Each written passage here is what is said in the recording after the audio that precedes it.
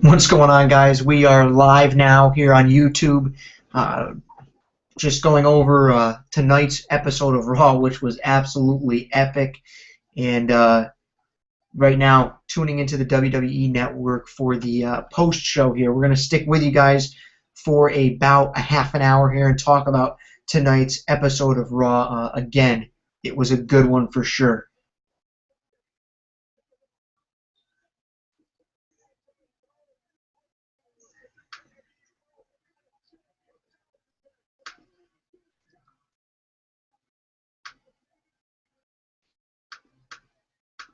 What's going on, guys? We are live now here on YouTube, just going over tonight's episode of Raw, which was absolutely epic. And right now, tuning into the WWE Network. Just going ahead and posting the link on our Facebook page here for everybody else to get involved.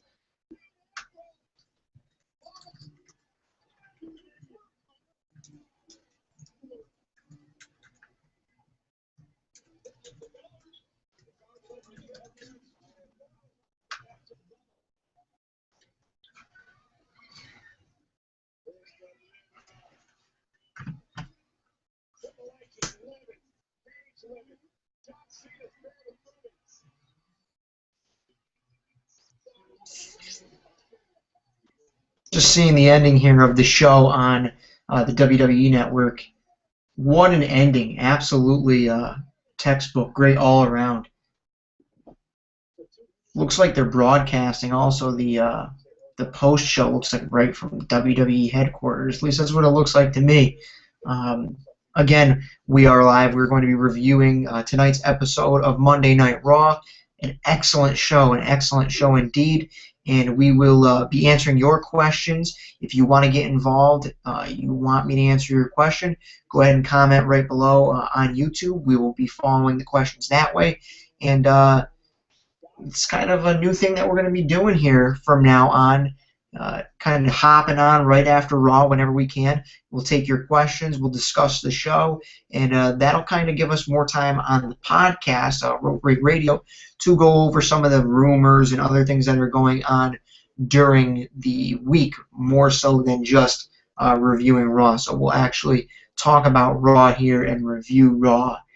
So definitely stay tuned for sure. This is something, like I said, we're going to be doing a recurring thing.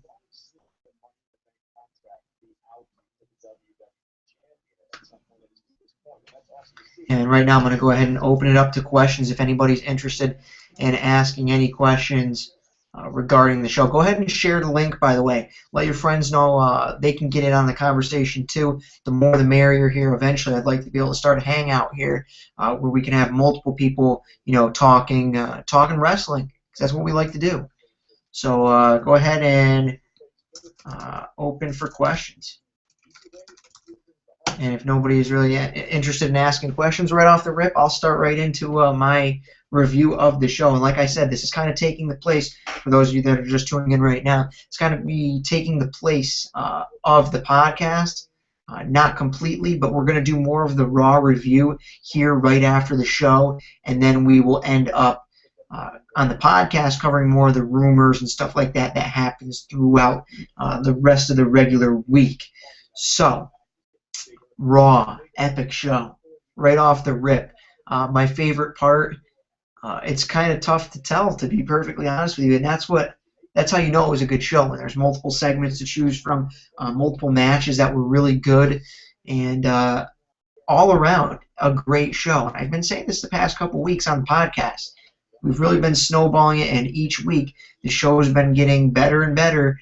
It's been more and more interesting, and now finally capping it off here, show right after Money in the Bank, and it was, wow, well done. First off, I mean, let's jump right into Jericho returning, and kind of a scary situation there, especially if you guys were reading the page during our live tweet.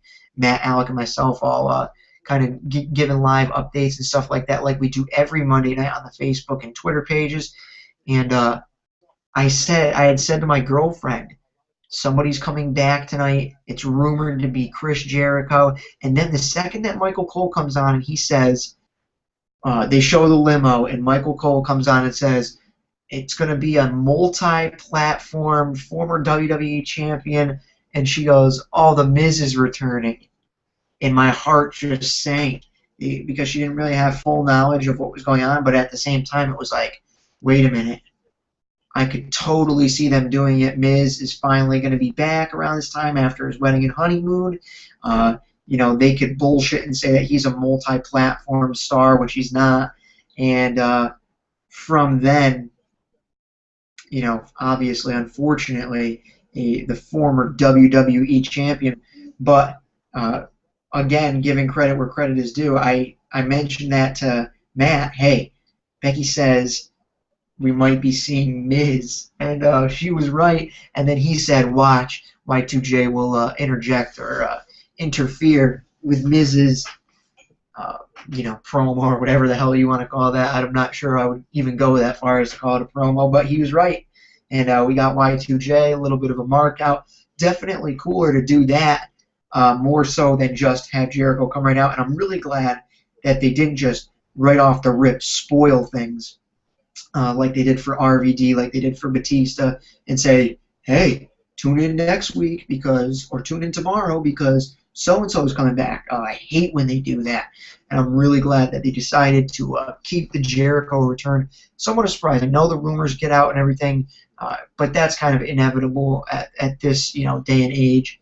But it looks like Weston Coleman here, you're having trouble with comments. Let me see what the reason is behind that. Anybody else that's watching right now on YouTube, if you guys can go ahead and just submit a comment or a question on the comments portion of YouTube here, that'd be great. We're just trying to figure out an issue with the comments.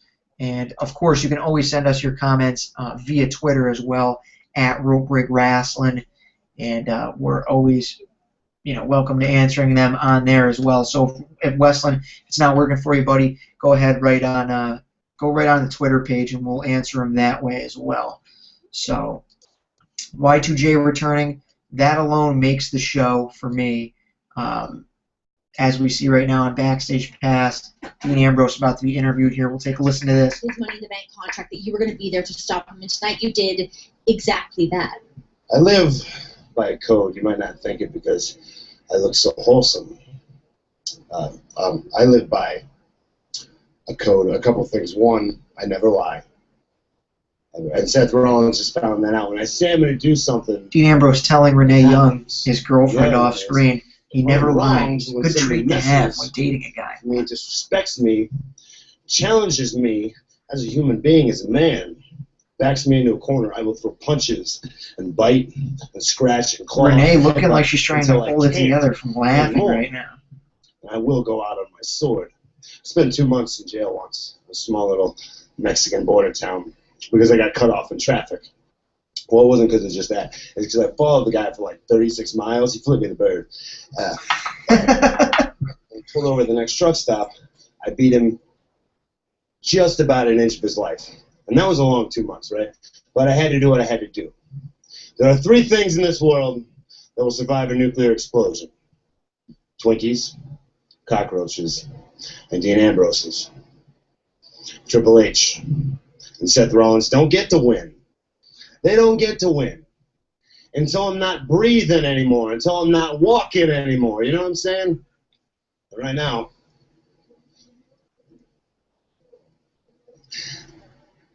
walking just fine. Well done. Wow. Again, even if you don't have WWE Network, prime example right there. And I know you can get that on the stream and whatever, but this is Raw Backstage Pass. You can go back and watch any of these, and I feel like I'm Michael Cole out here selling the WWE Network. But I love the Backstage Pass show, not because Byron Baxton is running his mouth and basically seamlessly moving into Josh Matthews' position, but because of things like that. Great promo there from Ambrose right after the show. And to be perfectly honest with you, we can kind of use that as the next talking point of the show. I honestly think that the Ambrose and Rollins feud is better than anything that Reigns is in right now, and I think both of those two guys are gonna. I shouldn't say are going to, but right now I'm way more interested in what they're doing, and I know you guys are too. Way more interested in what they're doing than what Roman Reigns is doing right now. They've got a whole new creative direction as where Reigns is kind of still stuck in the Shield stuff, and I don't really think it's working for him, to be perfectly honest, out there on his own. But it looks like we've got a question from Aaron, who was tuned into the show last night. Matt, Alec, myself, we did, of course, go live with our first ever episode of React with Rope Break. So Aaron asks, what do you think of WWE giving AJ the title the same way they gave it to Paige? I like it, to be perfectly honest with you.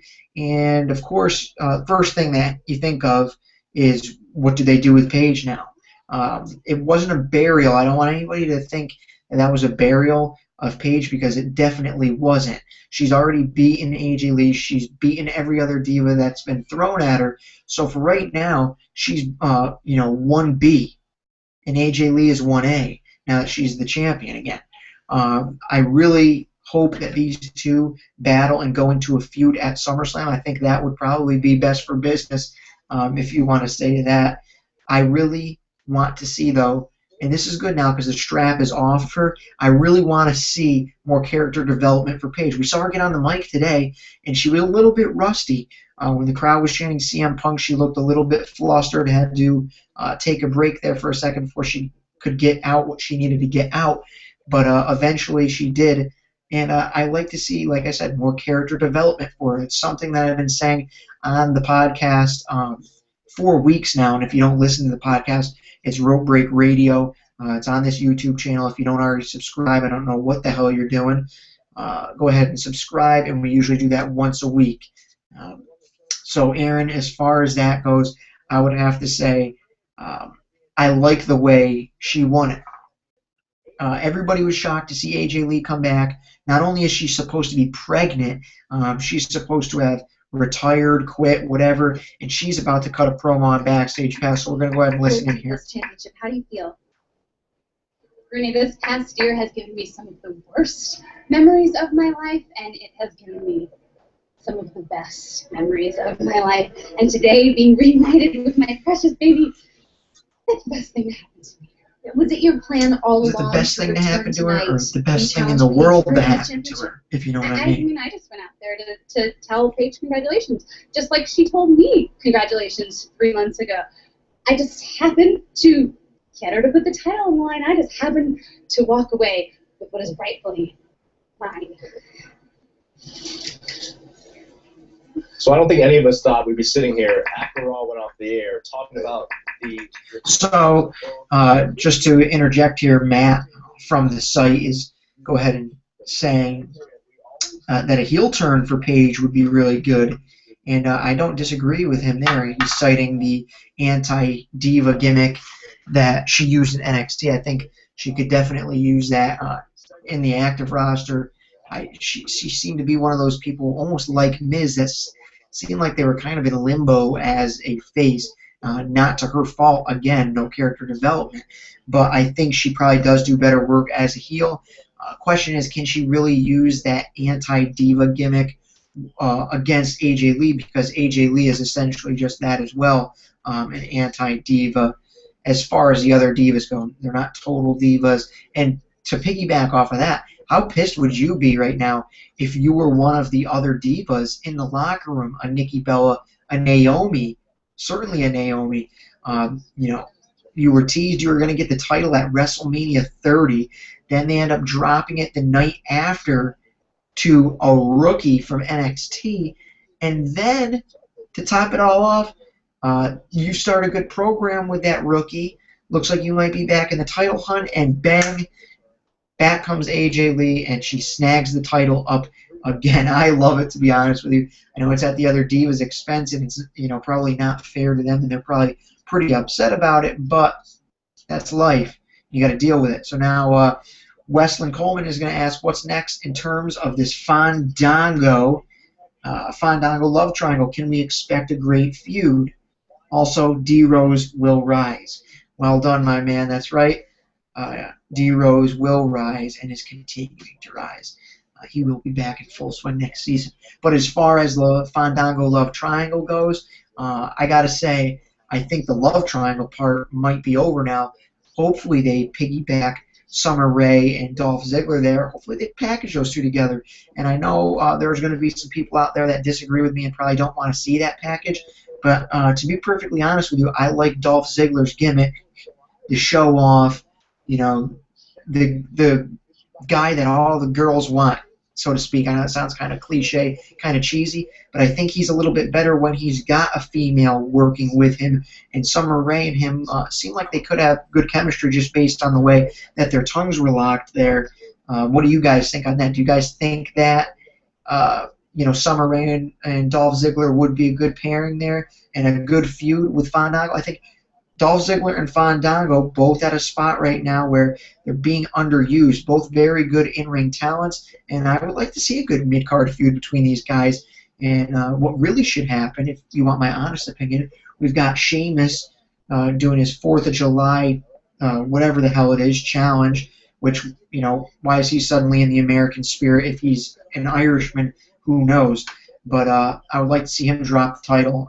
I'd like to see him drop the title to Santino Marella. I don't give a shit who he drops the title to. I just want him to drop the title. Maybe even drop the title in a puddle, forget it somewhere. Whatever happens, as long as the title is not with Sheamus, I would be a very happy man.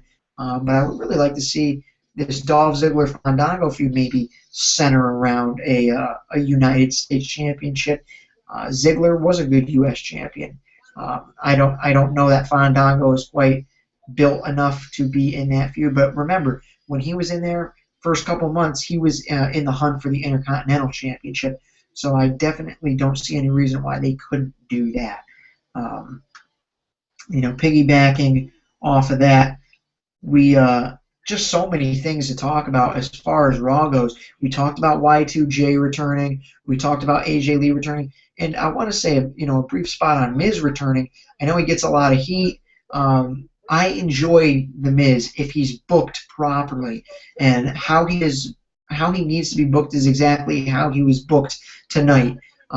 He comes out, plays a spoiler. Everybody thinks it's going to be Jericho coming back. I saw some people even saying that they thought it was going to be The Rock. Not sure where you got that from, but what I do think is that was a perfect spot for him to come out and to play the spoiler. He got some very cheap heat. People immediately were pissed that it wasn't Jericho and it was The Miz, who definitely is not a multi-platform talent. I'm going to go ahead and shut off the WWE Network now. But that's the stuff he needs, the cheap heat. He needs to be a heel, not this in-between back and forth face heel, face heel, face heel, face heel, face heel. Seriously. It was about that many times, too. When he was last seen, turning, seemed like every week. He was the definition of a tweener against Kofi Kingston. So I liked his work during his title run. It probably warranted like an Intercontinental Championship rather than a WWE Championship. But nevertheless, I enjoyed it. And Matt agrees with me. He says the movie star gimmick could be gold for Miz. I agree. And if you guys disagree, let us know on Twitter, obviously, Rope Rate Wrestling. But the movie star gimmick, they definitely should piggyback off that. The white outfit with the scarf and, him just boasting and bragging. It's kind of almost, and Matt will know about this, it's kind of something that they use with The Rock when he was getting heat for not being in the company as often. He, used that whole movie star, like he didn't give a shit about the WWE. He was more concerned about Hollywood, and I think that could work for Miz. Like I said, I'm not sure, he needs to ever be back in the WWE title picture, especially with the guys that you got coming up now. But he's definitely somebody that can be utilized in the mid-card for a very long time. I don't see any reason why not. But we got a couple questions here on Twitter. All right, Aaron again asking, well, Ziggler won the World Heavyweight Championship with AJ by his side last year. Possible IC title run with Summer Rae by his side? Again, I like him better with a diva on his arm. I think it just amplifies his character. He's the show off. He's better than you. You wish you could pull this off. And I love that shirt, and I'll tell you why. Because it's a double meaning. You wish you could pull off wearing a pink shirt, and the chicks wish they could pull the shirt off of him. So I think that works. I think that he's his show-off gimmick needs not necessarily a Vicky Guerrero, but an AJ or a Summer Rae. So could I see a Intercontinental Championship run for him? Maybe. Seems like they have other plans for the strap right now. But with Barrett out, anything's possible. I think they end up giving it to Cesaro, though. Wesleyan Coleman asks, who would you like to see in the Battle Royale for the Intercontinental title? Who would you most rather see win it? Like I said right there, I think and I hope that Cesaro wins it because he's in desperate need of something to keep his momentum. Otherwise, he is going to continue a downward spiral here. But who do I want to see in it? Somebody I definitely want to see in it is Bo Dallas. I think, and Matt and I were discussing it with Alec last night. He's doing a great job getting cheap heat. Really like his cheap heat heel character, and I think that his wrestling talent does warrant a shot in that Battle Royale. Question is, who else is in there? Cesaro, Kofi Kingston, Dolph Ziggler, maybe Fandango, although it looks like they may be getting their own separate feud. I expect it to be, kind of like a cluster of talent. You'll see somebody like Big Show or Mark Henry in there, or Great Khali, who returned tonight, that you probably, wouldn't win the title, but will be there. So it's going to be a cluster of guys, but I'm looking for the core of guys like Ziggler, Cesaro, Bo Dallas. Maybe you even see Seth Rollins and Dean Ambrose, although I don't think that they need to be in there at all. Matt says Ziggler would make a great IC champ as long as he's not wearing a shirt from the clearance rack. He makes a good point there. He said earlier on the live tweet, there's don't get your hopes up. Because he does have a shirt in the clearance section on WWE Shop, and that doesn't exactly warrant a big push on the way. So we're going to cover a couple more things here before we jump off the air. Again, we're going to do this hopefully every Monday night. We'll be able to get together and do this. Hopefully we can snowball it into more viewers. Looks like we kind of have the same audience as we did last night. I appreciate you guys staying up, showing out. I know it's very early over there across the sea, but let's cover the ending of the show. Well, first, let's talk about Ambrose and Rollins because, yes, another great promo from Dean Ambrose, and I really like where they're going with this. I like the fact that Ambrose has vowed to basically interfere anytime Seth Rollins goes to cash in, and he proved it at the end of the show. And piggybacking off that into the end of the show, great finish. The fatal four-way match there, I'm not sure that's our main event that I'm really interested in. I would have been more interested if it was Cena versus the Authority, as in Rollins, Orton, and Kane. But I'll settle for Roman Reigns. But as far as the finish goes, I liked the spear on Kane. Basically, I just like Cena looking, not like Superman at the end of the show. I like the focus being off him. I like the focus being on Rollins and Ambrose.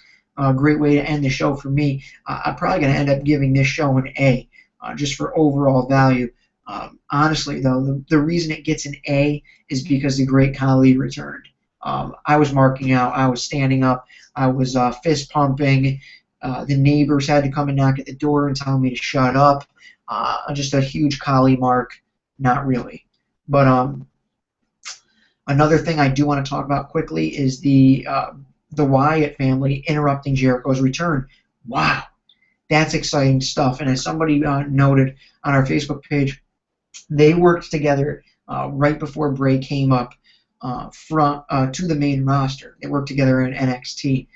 And Jericho has the unique ability to be able to put anyone over. He got Fandango over to the point last year after WrestleMania that people were genuinely interested. he leaves, nobody else there to put him over, and he falters.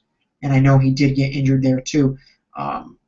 But as far as this feud goes, I have faith that Jericho, unlike Cena, is going to put Wyatt over and make Wyatt look good, beating a 100-time Intercontinental Champion, multi-time WWE and World Heavyweight Champion, and of course the first undisputed champion. That's going to look huge for him, and hopefully we see something a little bit different out of Jericho now that he's working with a darker character like Bray Wyatt. Going back to Matt here, he says, Ambrose is impressing me the most out of all three members of the Shield as a singles competitor all around. And that's no surprise to me because Matt is a... You got it. Matt's a mark for Ambrose. I know you are, Matt. And I'm a mark for Rollins. I think both of them are delivering. I think the thing is, right now, Ambrose is the face. So he's definitely, I feel like more people are going to be getting behind Ambrose and, riding him. But there's definitely no case against that. It's definitely a solid argument that Ambrose is doing just as good, if not better, than Rollins, and the same could be said about Rollins. I think they're both playing their roles absolutely perfect. So there's really not much more I can say about that. But again, I'll reiterate on what I said last night and what I've said a couple times in the past, and that is this feud between Ambrose and Rollins is groundbreaking. Not groundbreaking, but it's reminiscent of those great undercard feuds of two people that eventually became huge main eventers. And that is really what can happen with these two guys. I see what I saw in The Rock versus Triple H, and a great Intercontinental Championship feud in the late 90s, and then those two, of course, go on to become two of the all-time greatest performers in the industry. I think something like that is and could and will happen with Rollins and Ambrose. Let's see, Matt is waging in here, and we're hoping to get Matt and Alec on here eventually, just trying to set up some webcams for them so that we can eventually have a three-piece hangout so that we don't all have to be in the same place at the same time to do the show. But he says, I agree, this will be huge for Wyatt, and I think Wyatt will get a title push after the feud. Hopefully what happens is, and I know Matt agrees with me on this, hopefully what happens is by then, by the time Wyatt gets his title push, hopefully they have the belts separated again, or at least do the Undisputed Championship and the Heavyweight Championship like they did in the past. The unified belt basically becoming one belt again. What I think needs to happen is Wyatt should be a heavyweight champion. I'm not saying he doesn't deserve a WWE championship and that he can't do it, but I think he could bring prominence back to that heavyweight championship, and I feel like he just feels like a heavyweight champion to me. So really, that's all I can say about that. He then goes on to say. He then goes on to say they're both amazing regarding Rollins and Ambrose. Ambrose is just impressing me more on the mic. No doubt. Ambrose is that mic talent. That's the thing. And that's, I guess where they kind of offset each other because in my honest opinion, I think Rollins is much more exciting to watch in the ring, but I think Ambrose is much more exciting to watch or listen to on the mic. So those two pair with each other perfectly, very similar to some feuds we've seen in the past. A guy like Shawn Michaels versus Stone Cold Steve Austin, for instance. Seth Rollins is that Shawn Michaels, wow, gotta watch his matches, and Dean Ambrose is that Stone Cold Steve Austin, wow, can't miss a word of what this guy has to say. And then again, Austin and Ambrose both great in the ring as well, and Rollins and Michaels both can definitely hold their weight on the mic as well. So I think we're all going to win out of this 110%. Hopefully, if all goes well, there's no reason why this shouldn't be a main event style match at WrestleMania. I know we were already been a lot of people have been talking about it's going to be Rollins and Reigns for the title. Rollins is going to hold on to the briefcase all the way until WrestleMania. I don't necessarily agree with that. I don't know. I'm quickly losing faith in Reigns. I know he's the big guy, and the Samoan dynasty, and all that jazz, but I don't think that he's anywhere near the level of the other two right now. So, and of course, Matt agreeing with me on everything, because why would you disagree? Because everything I say is right. Didn't you guys already know that? All right, so let's get to a couple more questions here before we close down shop for the night. Wesleyan Coleman says, loving this. You forgot the ba-da-ba-ba-ba. I'm loving this. Again, Wesleyan, we appreciate it, man. We appreciate you guys coming out and sticking with us. Right now, it's only 3 of us or 4 of us, and one of those Matt. So it's me, Matt, Wesleyan Coleman, and Aaron Mason, and I appreciate you guys showing for the show here. And hopefully we can get more people interested and going with this in the coming weeks. Wesleyan asks, what are your thoughts on the Real Americans finally stepping up to the Russians? Finally. What did we say last night on the React show? We thought there's no reason why Jack Swagger shouldn't be feuding with Rusev and Lana. So finally we're getting what we want. Finally Jack Swagger was actually cheered. I do semi-agree with Matt in the fact that he said he wishes that Swagger was just built up a little more for Rusev, but I don't know. The thing is, it's like a pile of dominoes, to be perfectly honest with you. And when you really get into thinking about it too much, you get into thinking about it too much. So if the way you have to think about it is if they built up Swagger before his feud with Rusev, at whose expense would it have been? And when Rusev just goes ahead and crushes Swagger, then it makes those people that Swagger crushed look equally as bad. I think just Jack Swagger being the Real American gimmick and having been a multi-time heavyweight champion, I think that alone works. And he says, first time I was actually excited to see Swagger. Amen to that. But, I think this feud is finally, going to pan out. We'll see at least one pay-per-view match out of it at Battleground. And I hope it delivers, because I think Rusev, let's go here. If we're going to do something with Rusev, it needs to be done. And this is another reason why you wonder why they don't just split the titles back up, because there's so many people ready to grasp a brass ring. I'm not saying Rusev is quite ready yet, but say, we have a face as heavyweight champion in a couple months. There's no reason why Rusev couldn't be a logical feud in there. And Matt actually thinks Swagger's going to win in that feud there. They did make him look pretty strong on tonight's show, but if Swagger wins, I don't see any reason for it. He's kind of a dead-end superstar. There's no need for him to win, and they're still trying to build Rusev. I thought Big E might have won last night, but I was wrong. I think Rusev should and will win at Battleground if they do link up there, but I could be totally wrong again, so we'll have to see on that. Aaron Mason says, does it surprise you that Reigns was meant to be the breakout star, yet Rollins and Ambrose have made a bigger impact? Does it surprise me? Oh, hell no. It don't surprise me one bit, honestly, because if you've known me and if you followed the podcast, Rope Break Radio, you've known that I've believed in the other two more so than Reigns the entire time, and I still think that Rollins has the potential to be the best of the 3, just because mic skills are something that can really improve over time. Triple H, The Rock, Stone Cold Steve Austin, all guys that really improve their mic skills on their rise to the top. Ambrose is that guy that's always going to be a fixture. That's the thing with him, is you won't be able to get rid of him. Fans are always going to like him, because if you can talk, they'll have a job for you. That's all there is to it.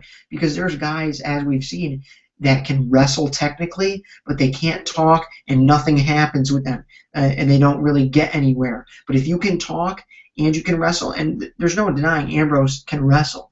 Not nearly as exciting to watch, in my opinion, as Rollins, But there's definitely going to be a spot for Ambrose for a long time. Question is, can Reigns actually develop that mic skill, or does he just flounder and eventually, front office loses faith in him, and then he becomes, essentially a lost cause?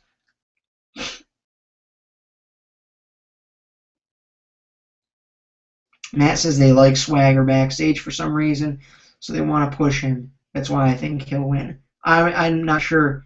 I mean, whether or not they like him backstage, that's one thing, but I think they might have just been reading the dirt sheet, or not the dirt sheets, but reading everybody online saying, what the hell, you've got this American gimmick and this Russian gimmick, why not go at it?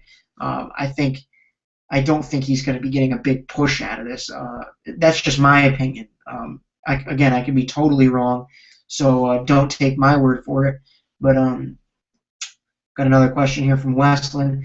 I want to hear you call it now. When will Rollins cash in, and when will Brock finally return? Brock Lesnar, if I had my best guess, is going to return the night after Battleground. That just makes the most sense. Then they can build from there up until SummerSlam. As far as when does Rollins cash in, that remains to be seen. Question is when he cashes in, will the title still be unified? Because what I did think of earlier, and I can't remember if it was Triple H or somebody on the show tonight slipped up and said the contracts with an S at the end. And it got me to thinking, what if they split the titles, but since when Rollins won the Money in the Bank, the titles were unified? What if he had a contract for both? Just a thought. I'm not sure it would benefit him any unless he lost one and won the other, because they probably wouldn't break the titles back up and then unify them that quickly. But I was just thinking about that and how epic that would have been if he cashes in on somebody, loses, and then you find out he had two contracts because the belts were together at that time. That remains to be seen. But what was I going to say? As far as when he will cash it in, that remains to be seen. I guess it really depends on who takes the title from Brock Lesnar, in my eyes, because I don't think he's going to cash in on Brock Lesnar. Brock Lesnar is obviously a heel, so is Rollins. I don't think they get anything out of that.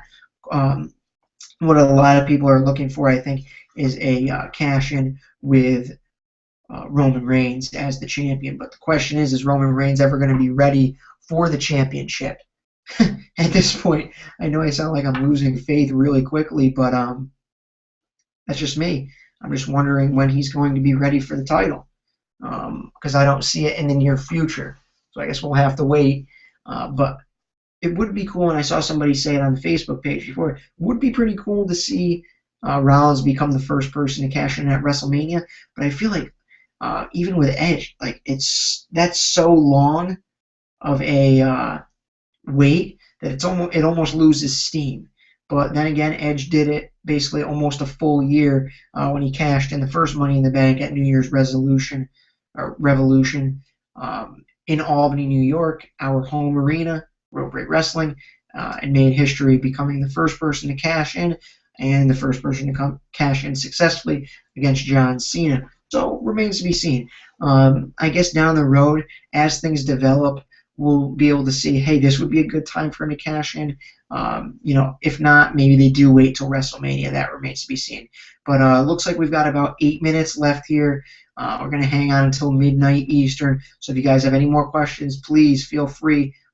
Get them in now. We will answer them before the show is over. And then, of course, we will have this week's Rope Break Radio. Got to check my schedule.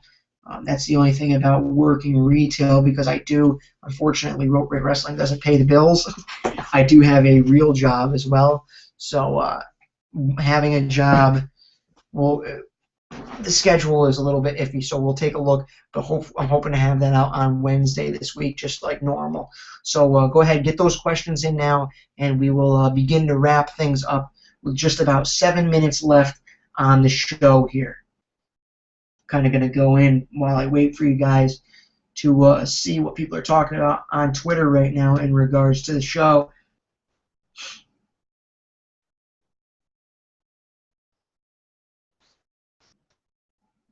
Oh, looks like an injury update from WWE on Twitter. Apparently, Cesaro suffered an eye injury during his match on Raw tonight. So hopefully that's nothing too serious. Otherwise, not only is the Intercontinental Champion out, but then the guy that they were probably about to give the title to in Cesaro is out as well. What else do we got in here? Of course, Matt Hardy plugging TNA. He wants everybody that watched Raw to please watch TNA Impact. The next 6 Impacts are really good. I bet they are, Matt. I'm still not watching. Chris Jericho tweets, surprise. Fandango tweets, frustrated.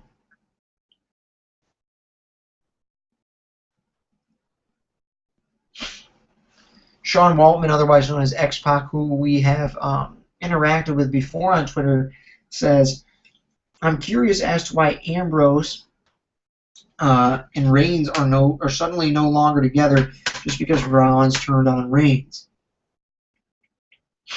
Didn't that kind of happen with DX, Sean? When Triple H kind of turned his back on the rest of DX, they kind of just quietly split up. I think that's the best way for them to go about it, to be perfectly honest with you.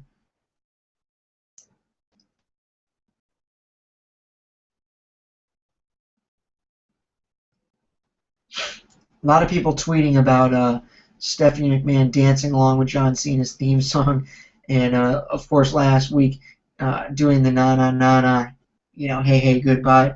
I think again, I love everything that Stephanie McMahon does. Just wish there was less clothing involved.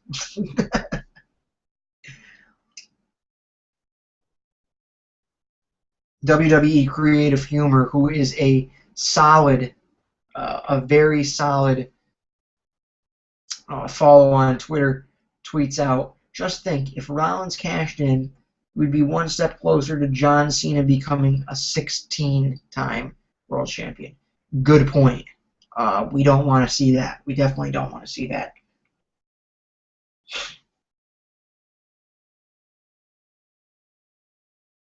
Donato, looks like you're trying to say something here, pal, but shit or get off the pot, man. What are we waiting on?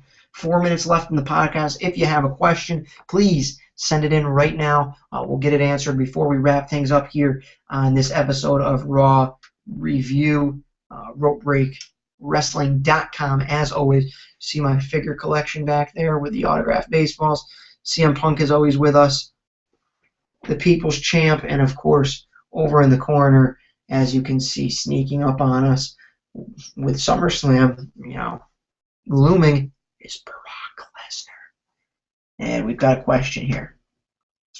Westland, again, says, we heard the feed me more chants. This is a time that the big guy finally turns face and gets a push.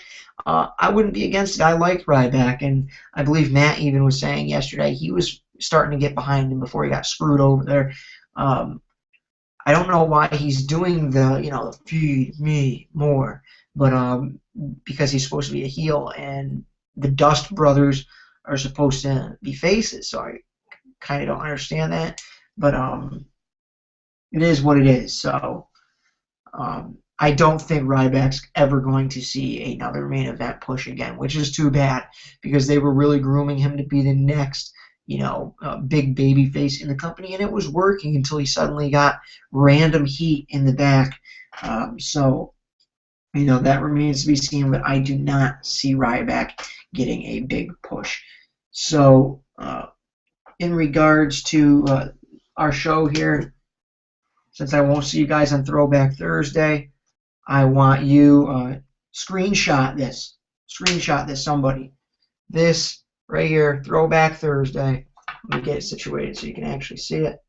That right there is the People's Champ and Aussie himself at WWF New York, circa 1999 right there. And, of course, it was a cardboard cutout. Jesus, you think I really was hanging out with The Rock there, just randomly in his gear in the middle of the WWF store? That proves to you that I go back. I go way back. But 2 minutes left here on the podcast. I guess I'm going to call it a podcast. Really not a podcast, it's a show. But just letting you guys know, those of you that did win prizes, Looks like you guys are the only ones tuned in right now besides Matt and myself. We are shipping your prizes out first thing tomorrow morning, so look for them in the mail. And please do us a favor: when you get a prize, when you receive your prize, ship it or send us over a picture. Let us know, hey, I got the prize. Here's a picture of me, very happy with it, and we will post it up on the site, on the Facebook page, on the Twitter, everything. And again, if you don't already, please subscribe to the channel. You'll see all the Rope Break radios that come out. You'll see, you'll get updates when we're going to do live events like this, which should be around every single Monday night, and of course for every pay-per-view. And you know, you help us out. Share our links. Share our Twitter handle. Share our Facebook page. Right now, you know, we just started off with this whole site and everything in January, and what did we end up doing? We are 1,778 likes in, so we're continuing to grow, and I don't think that's any coincidence. I think a lot of people are interested in what we're doing. Nobody else is doing giveaways. Nobody else is doing live reaction shows like this. And nobody else has a kick-ass site like us. I put that shit together. Nice. Go check it out. But that pretty much does it for this episode of React with Rope Break. It's our Raw review for the week. Stay tuned. Hopefully Wednesday we will be having an episode of Rope Break Radio. Until then, for all the guys at RopeBreakWrestling.com, I'm Aussie. Thanks again for tuning in. Have a good night, guys. It's cooking.